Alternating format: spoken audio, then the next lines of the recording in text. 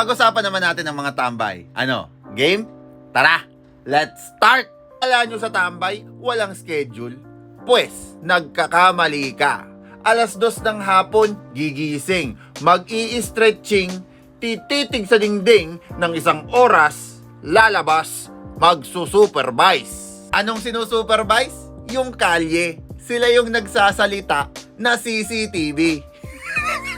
Yung tambay energy, nakakahawa yan. You hang around with them for too long, you start to question your life choices. Yung pag sinabi mong, hala, may trabaho pala ako ngayon, titirahin ka lang ng, ba't ka magtatrabaho? Yung araw nga, hindi nagka-clock in.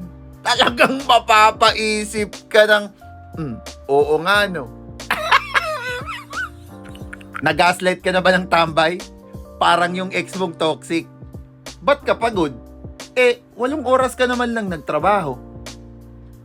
Ba't wala kang pera? Di ba may trabaho ka?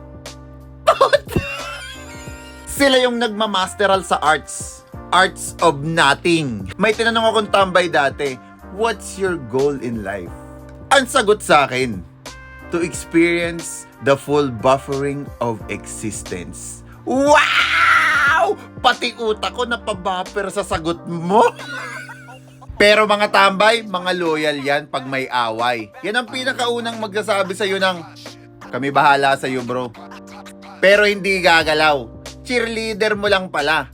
Sige, suntukin mo! Kaya mo yan! May tropa akong tambay. Sabi ko, bro, kailan ka maghahanap ng trabaho? Sabi niya, ano? May trabaho ako. Motivational bystander. I motivate people by not doing anything so that they do everything. Tambay, reverse psychology.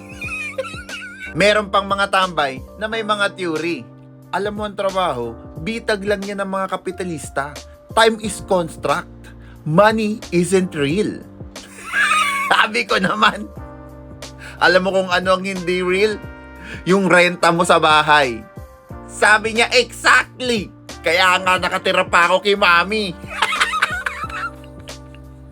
Libre! Pero real talk, yung tambay, sila yung laging nandyan. May heartbreak ka? Tambay yan. A-absent ka? Tambay yan. Gusto mo mag-yosi habang nag-i-emote? Aha! Nandyan sila. Walang lighter, pero present. Alam mo kung bakit palagi silang nandyan? Kasi wala silang ibang pupuntahan.